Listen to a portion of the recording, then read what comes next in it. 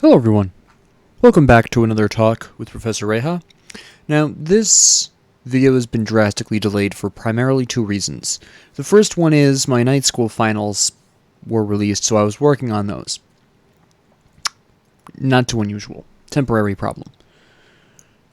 More significant to this specific video is every time I set about recording this, and every time I'd finished recording this, while it was uploading to YouTube, I would discover some new piece of information, usually indicated by a headline, that I wanted to mention in this video.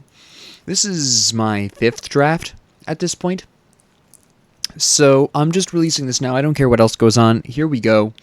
In this video is a direct response to a comment from Na, who asked me in my capitalism video how America really compares to other countries, and that was in specific reference to a comment I made in the Late Stage Capitalism video that you would have an easier time finding the American dream outside of America or in other countries.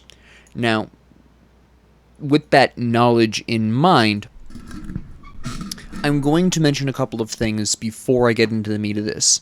First off, I do have a negative view of America as a country, so I am going to have some inherent bias on this. I promised commenters in general that if any of these talks had some sort of bias here, I would mention it. I do have a negative bias towards America. That is not to say that America is all bad, but I am very pessimistic about America and its current state and its future. Alright, so be aware of that going into this. As sort of reinforcement of this idea, you should never take me as a sole piece of information. Alright, on any subject. Regardless of how biased I am or unbiased I am, I should not be the only source of information. I will give you, verbally, my sources as I bring them up. So you can do this check for yourself. However, again, don't just take my word for it, especially here where I do have that negative bias. Second, blanket trigger warning, I'm going to be talking about a large variety of upsetting things.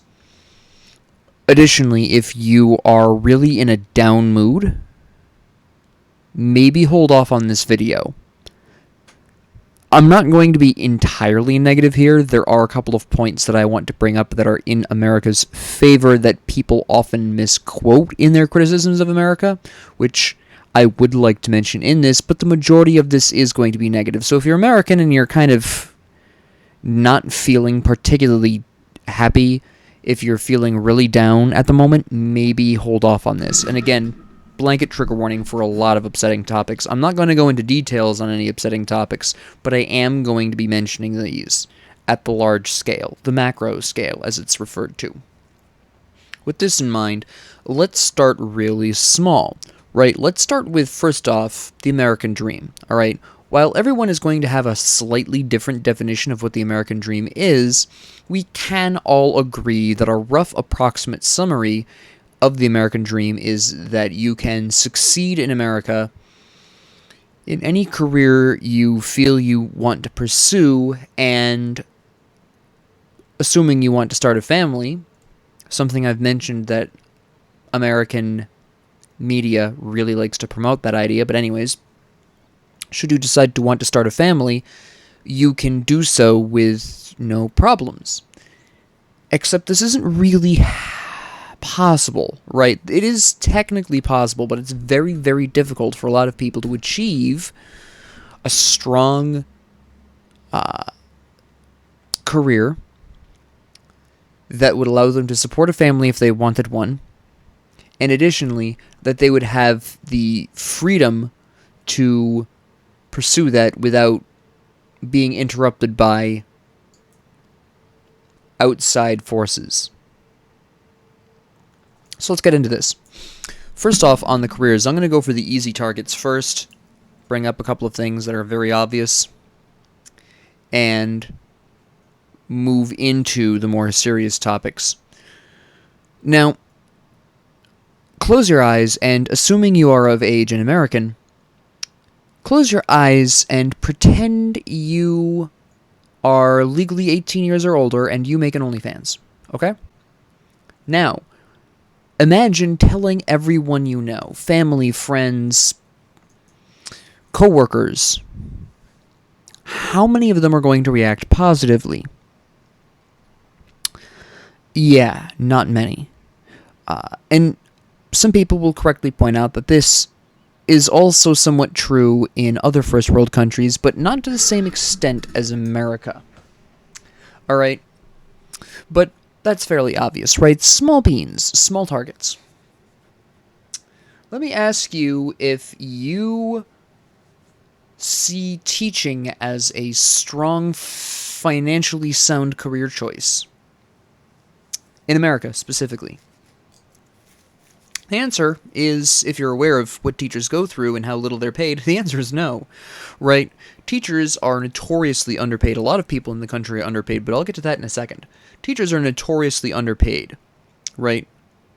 This is supposed to be a career that America really likes to hold up as paragons of what Americans should be and all this other stuff and nonsense. And yet they're paid a pittance, and their superiors, the administrative superiors, are all over the place, just preventing them from using certain books, preventing them from talking about certain topics, and what these topics are and what these books are depends on the area. Not all places are banning books, obviously. Florida is particularly famous for that, but it's by no means the only one. And what topics you can and cannot talk about as a teacher is limited by your area. And they're not paid that great, to the point where it's practically a necessity for a teacher in the public education system to either have a much more well-off spouse of some variety, any variety. Your partner either must make a lot of money, or, alternatively, you've got a side gig as a teacher, if you're single. Okay? There's a reason so many teachers are in the middle of rampant OnlyFans scandals, as they're called. It's because these teachers aren't making enough money and they're turning to OnlyFans out of desperation, okay? Also, the way that such incidents are reported says a lot about the perspective of OnlyFans as well, but that's something I would like to get into the nitty-gritty of in the future. It's important to note, because I know a lot of people are going to say this, well, I wouldn't want somebody with OnlyFans teaching my kids. Well, unless you can prove conclusively that that teacher is bringing up their OnlyFans in class, or otherwise encouraging the children to go on to OnlyFans, that's absolute baloney. But anyways, again, that's a subject I would like to tackle more in depth in a future moment. Let's just put a checkmark on this, bookmark in this, and move really quickly to America's public education system while we're on this subject. Now, America pays, compared to a lot of other developed nations, much lower taxes. American pundits love bringing up the comparatively lower taxes of Americans compared to other countries. But how is it that America's quality of education has been declining for the past couple of decades, despite America funneling, at minimum, twice as much taxpayer dollars into the public education system? In other words, to put this another way, other developed countries are putting in half as much tax dollars into the public education system and having substantially and provably better education. The answer to that, which I'll get into in future, is that the American public education system isn't really that concerned about education. The teachers are. I'm not going to slander the teachers here. The teachers, by and large, assuming they haven't given up yet, are genuinely interested in educating the children.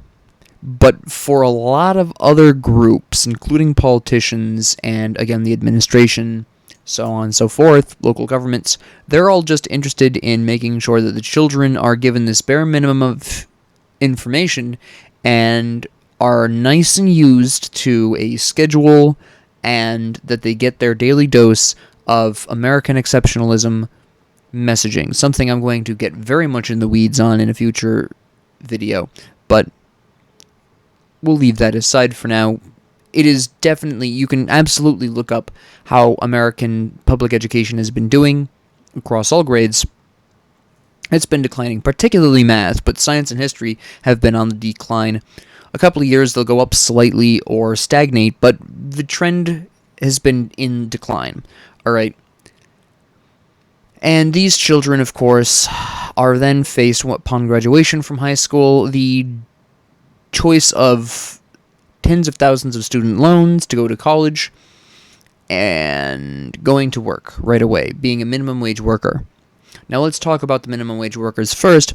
They don't make that much. Obviously, it's minimum wage. They don't make enough to live. Alright? Despite America, correctly, being listed as the wealthiest nation in the world, the wealth gap, in other words, the amount of money the richest have compared to the amount of money that the poor have, that gap is widening. In fact, it's the highest in the world. The wealth gap is highest in America than anywhere else in the world. Alright? Excepting India and China, but I'll get into that in a little bit. Among first world nations that aren't China, America's got the highest wealth gap. Silence for emphasis. Additionally, the cost of living and the average wage difference is also substantially higher in America than it is in, again, comparative first world nations. Now, the short answer as to the reason why is lobbying and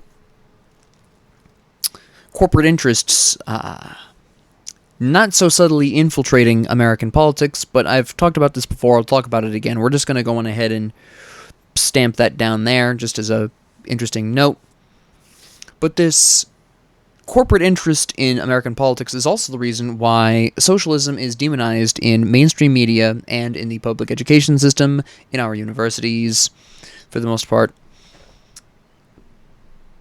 Socialism is evil because corporations don't do as well under more socialist governments like Finland, consistently rated the happiest country in the world. And in fact, last year, the country of Finland's score raised by substantially more than America's, despite the fact that America went from the 19th happiest country in the world to the 16th. The gap between Finland, the happiest, and America increased despite that, which should tell you spades. Moving back to the central point here, this is just the children without a college education, right? What about the ones who go to college? Well, they get tens of thousands of student loans, and then they might get a job relevant to their degree, depending on the degree. Some degrees, pretty consistently, you can get a career in, right? Accounting, finance, law. I'm not talking law enforcement, I'm talking law. Right? Social work. Not that social workers get paid a ton in most cases, but anyways. Right? We have all of these. Medicine, anything medicinal, anything healthcare, right? These 5 broad areas of degrees tend to have a lot of openings, and people pursuing one of these 5 degrees can usually get a decent job at the very least, and maybe, if they don't get into too many accidents or don't have too many health problems, they can work their way up to middle class. Right? Speaking of that, by the way, it's an American joke where we like to say you're one accident away from homelessness. It is an exaggeration, but it's not an exaggeration by much, alright? And I'm fairly familiar with healthcare bills because my grandfather has been in and out of the hospital for the past, I want to say 5-6 months. So I'm intimately aware of hospital bills and healthcare bills and everything, and he does have insurance. Newsflash. But yeah, not a great amount of money. In fact, if you want to see really aggressively how gross this can be, if you know somebody in America who's recently had a baby, ask them how much they had to pay out of pocket. And don't forget to pick your jaw up off the floor.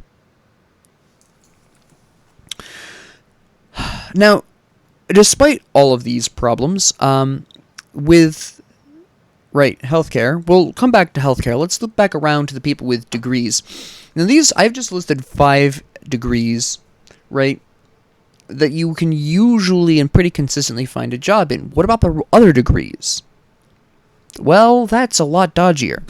A lot of people like to point to gender studies as a great example of a degree you're not really likely to find in, a career in, which is primarily true, but it's by no means the only degree with this problem.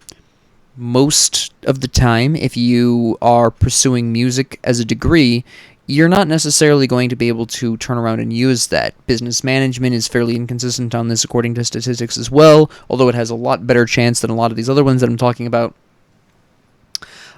Anything in the sciences, right? Unless you are lined up to enter a research lab for a corporation or the government, good luck getting a job relevant to whatever science degree you've got. If you've got a history degree, you're either going to teach or you're going to work minimum wage.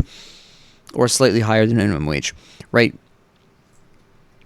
And regardless, either way, you're kicking around tens of thousands of dollars in student loans, alright? How much that student loan is going to be is going to depend on the college you went to, but a lot of people are kicking around with at least $40,000. All right, and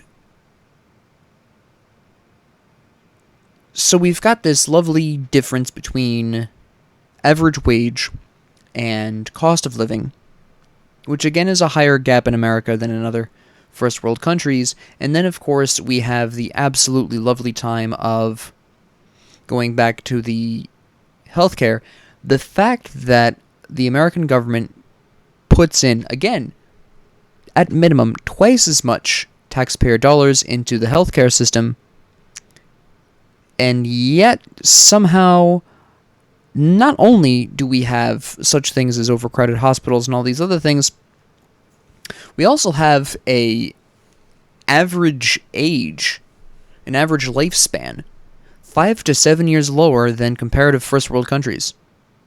That is not an exaggeration, that is not a joke, that is not hyperbole. On average, an American will live 5 fewer years if you're a woman, and 7 fewer years if you're a man, compared to other first world countries, despite the government funneling in, at minimum, twice as much as comparative first world countries. Americans also pay substantially more in terms of healthcare costs. Okay? I'll get into more of the nitty-gritty on this again in a future video. I just want you to be aware of this, alright? Now going back to children for a little bit, because one of the big things of the American dream, one of the big ideas of the American dream is that if you want to start a family in this country, you can do that. Yeah? We pay a 5-figure bill to birth the child. A lot of people, at least, pay a 5-figure bill. A majority. Then you have to feed, clothe, and care for the child, including possibly babysitters or daycare, and this all with increasing costs of living and not comparable increases in minimum wage or even the average wage. The average wage and the minimum wage are not scaling up to the continuously increasing cost of living. So children progressively become more expensive to raise as they age. Alright? Then you have to pray and hope and dream that a tragic massacre doesn't happen at the school. That is not a joke. I am not kidding. Because in America, it is true that on average, crime in this country has decreased over the past several years. That's very true. Except for gun violence, which has increased. And what a lot of American pundits don't like to talk about is that crime in literally every other comparative country that isn't in the middle of a war or isn't on fire like France because their president's trying to become a dictator, but that's a subject for another video. Anyways, in literally every other country that isn't in the middle of a war, civil or otherwise, has less crime across the board, including gun violence. Okay? We're unique in that. Not that we've not known this for a while. We've known this for a while, but it's just getting progressively worse as the years go by. And people in government wonder why people aren't having children. But anyways, we have all of these lovely things.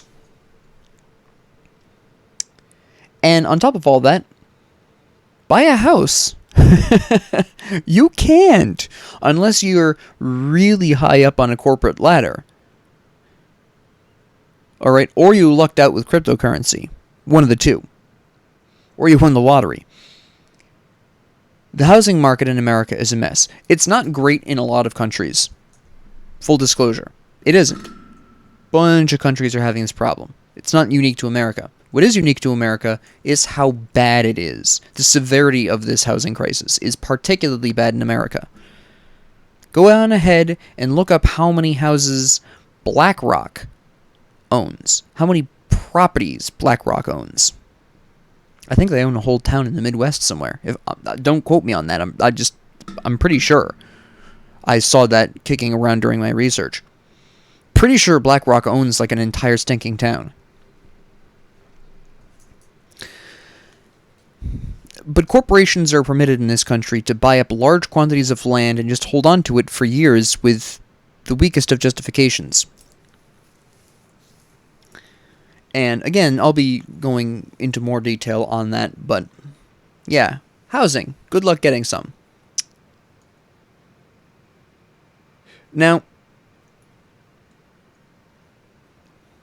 these are all just the things that contribute to the problems with America that contribute to an increase in difficulty in achieving what is typically portrayed as the American dream. Alright, I am very specifically approaching this from this context.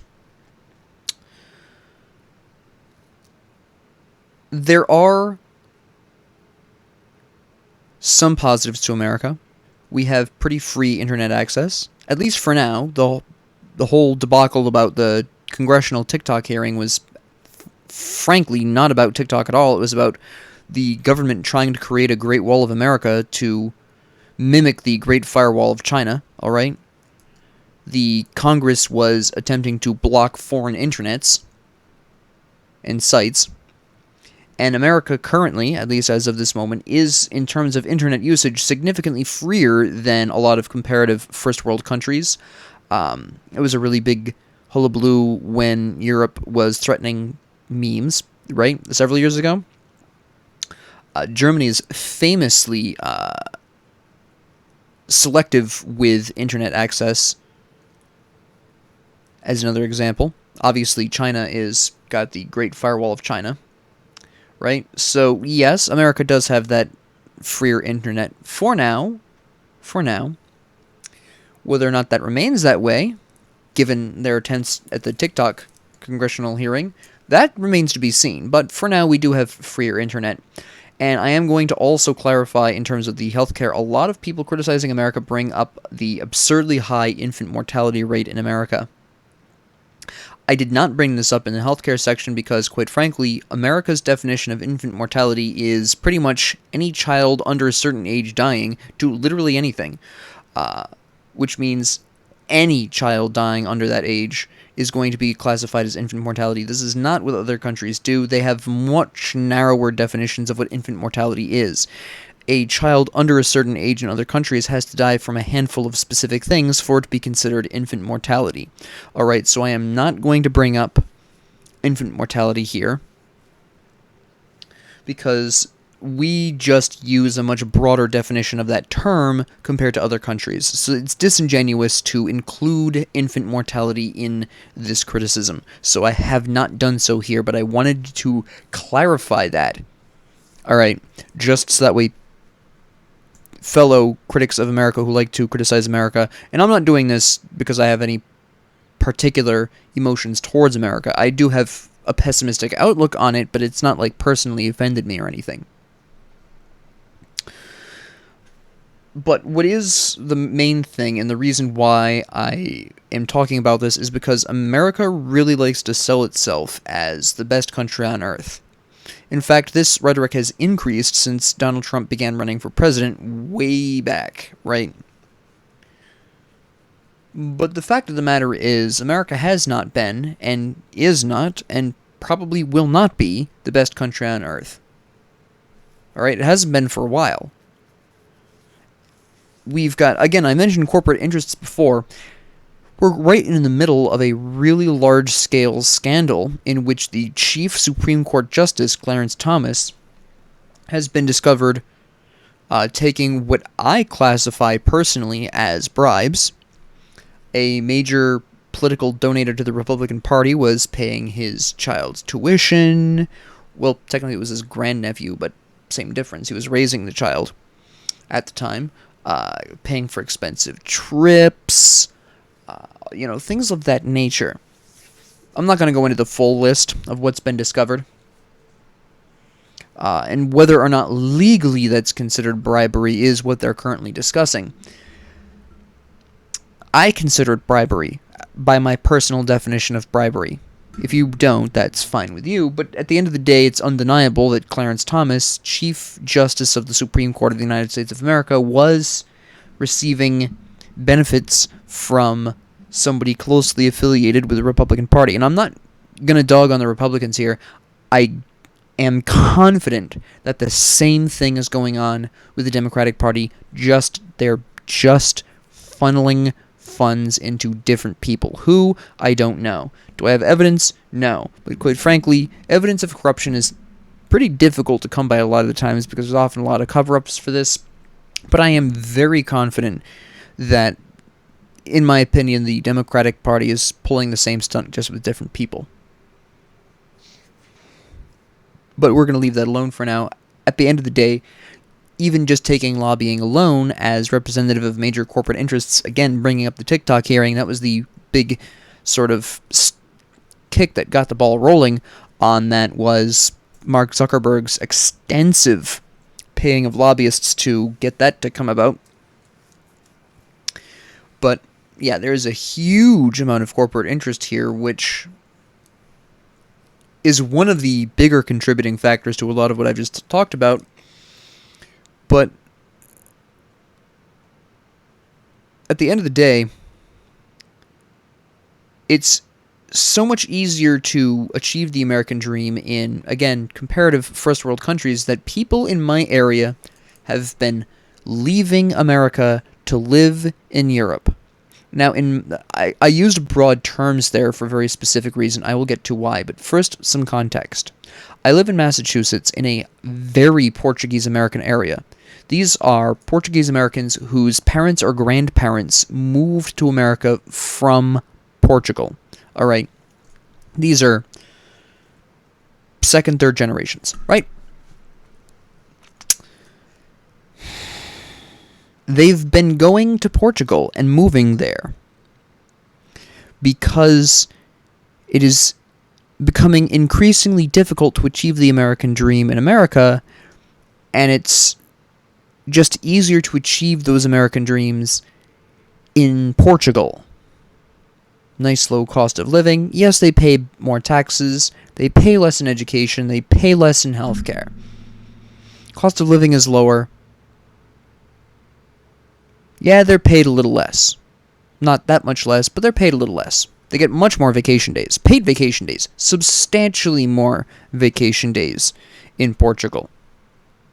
I know because I know a handful of people who chose to move there.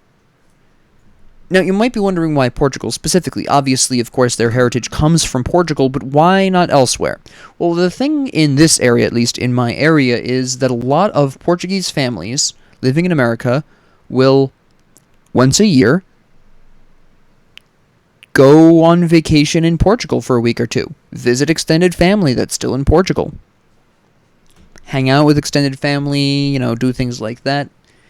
And I worked, as you probably know if you've been listening for a while, listening to these for quite some time, I worked at a bank for a couple of years. Large amount of Portuguese Americans working in that bank, in my department at least specifically. Every time they came back, they would always talk about how much better it is.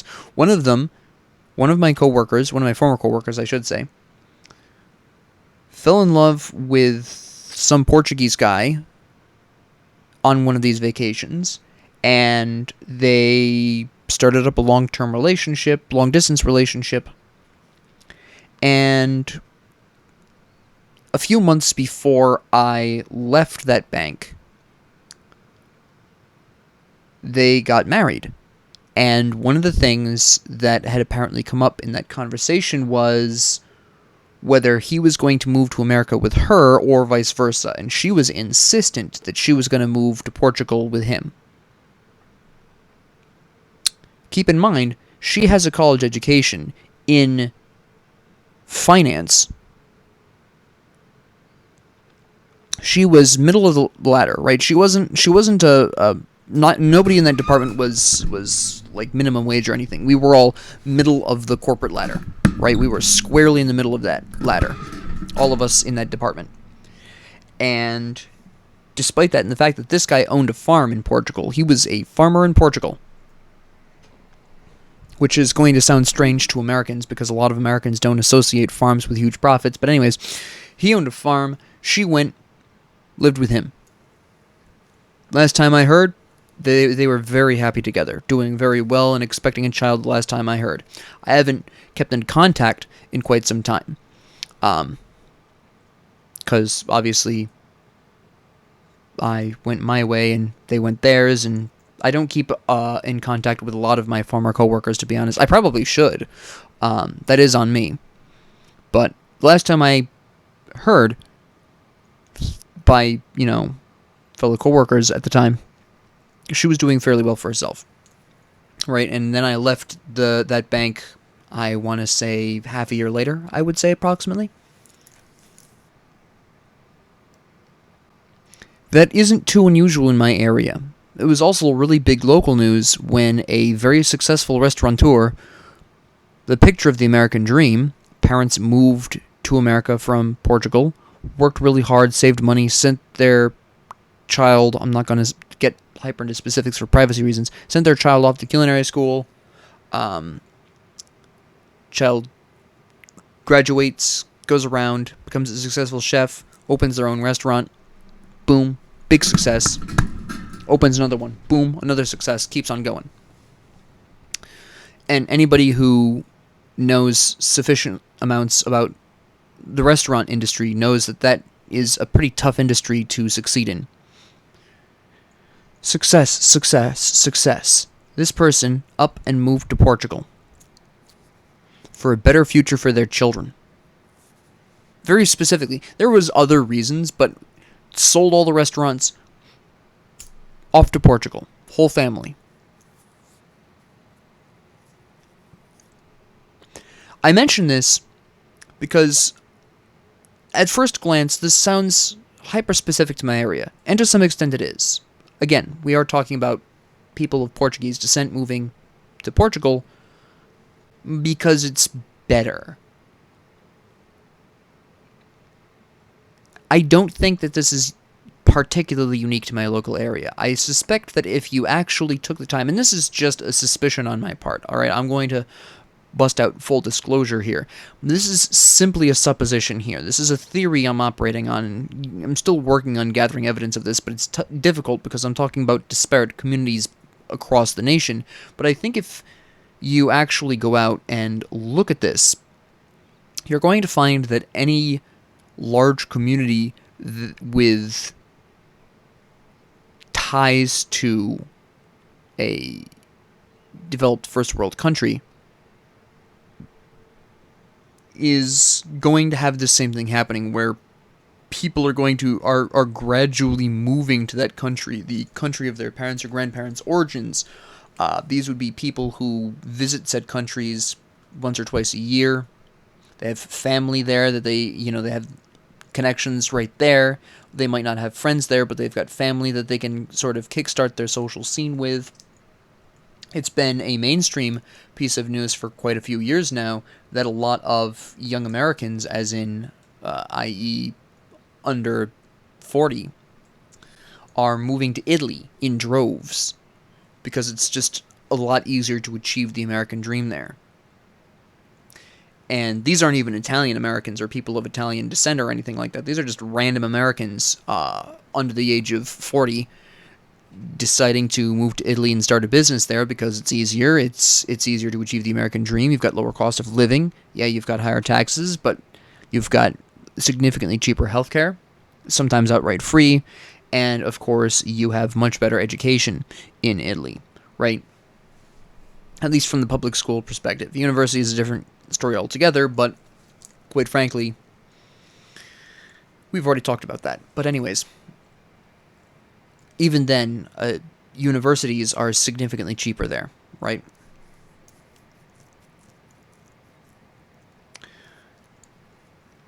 And that's been known for quite some time, all right? And again, we have my localized example, which I think applies to at least some other, likely applies to some other communities across the country.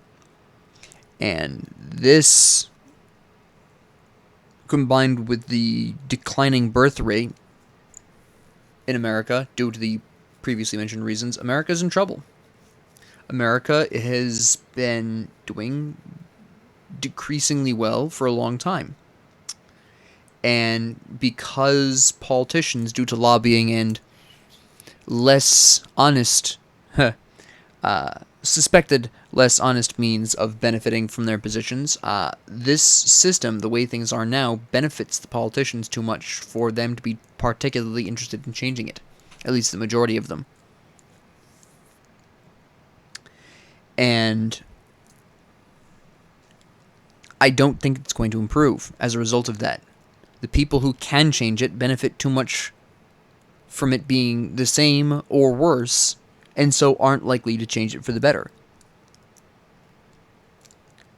And this is not a conclusion I alone have. This is a conclusion that is becoming increasingly reached by increasingly larger numbers of Americans. Alright?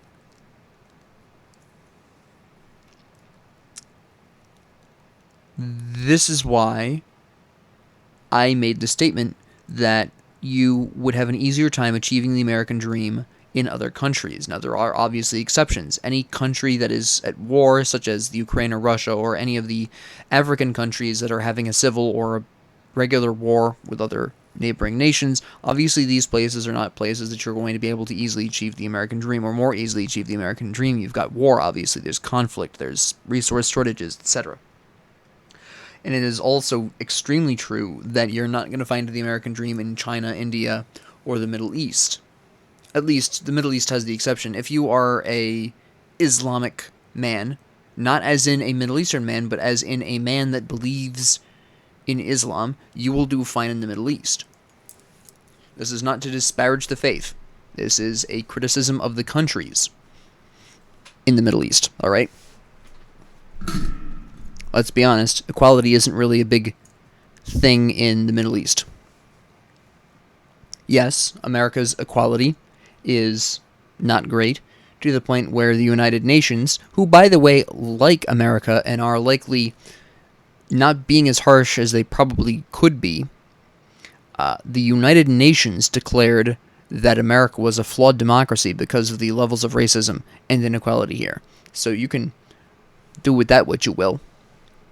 So I'm not saying that America's equality is perfect. It's not and hasn't been for a while. For Pete's sakes, we just passed an anti-trans bill. Right? Equality does not exist here in any more and often less ways than Europe or Finland, Denmark, Iceland, New Zealand, etc. Alright? So there are some countries that are absolutely worse in terms of freedoms than America, despite America's flaws.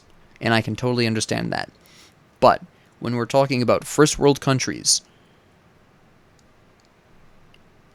and you compare America, for example, compare the benefits of a McDonald's employee in America compared to a McDonald's employee anywhere in Europe that isn't France. Again, France is burning right now. Or if you want to go for the really egregious example, Finland. Look at the benefits, convert the wages, and then do a cost of living analysis. Just go on ahead and Google that. I mean, you can just put in America's cost of living compared to blank country, X country, however you want to phrase it. And don't forget to pick your eyeballs up off the floor. At the end of the day, is the American dream achievable in America? Yes, but there's a lot of conditions to it. And those conditions tend to be large loans and some decent luck. America really likes to point to its billionaires as somehow evidence that you can succeed with anything, but a lot of these millionaires either started off with a huge advantage, for example, say their father giving them a small loan of $1 million, or alternatively, an emerald mine. Some of them just got lucky. You could accurately describe the rise of Facebook as pure luck. That was not what Mark Zuckerberg originally invented Facebook for, and it was essentially by pure happenstance that it exploded out to the popularity it became. Given his recent decisions, actually his decisions for the past several years as CEO of Facebook, one can argue that he never was a great CEO, he just lucked out initially. Again, that's just something one could say. And then we have Jeff Bezos, who created Amazon, but basically created Amazon because the giants of retail didn't think the idea would catch on and didn't pay any attention to it. In other words, Jeff Bezos didn't succeed because he was a genius. Jeff Bezos succeeded because he was ignored. Until it caught on.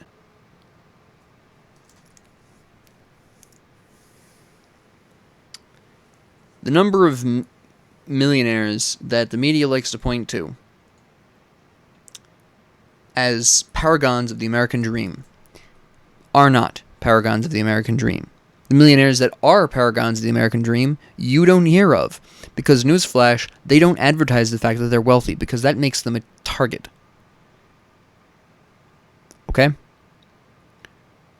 Yes, America does have more millionaires than any other country in the world. We also have a startling amount of homeless people, despite being the wealthiest nation in the world, and we somehow, despite not having the highest population in the world, have the highest percentage of its citizens in prison. We even beat India and China, who have billions more people than us. We beat them in terms of percentage of population in prison.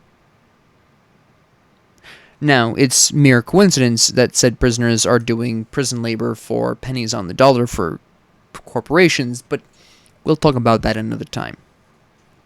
We have, and again, also, remember, crime in America, except for gun violence, has decreased over the past few years, and yet somehow we still have the highest prison population in the world, in terms of percentage of the population in prison.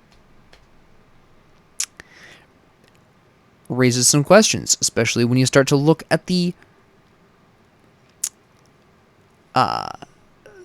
racial composition of these prison populations and the racial composition of the nation at large.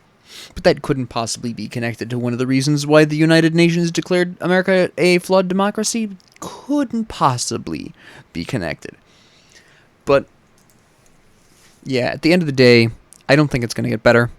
It benefits the politicians too much for things to be at least at the way they are, if not worse. So I'm very pessimistic about America's future. But that is why I say, with confidence, the American dream is easier found in other countries.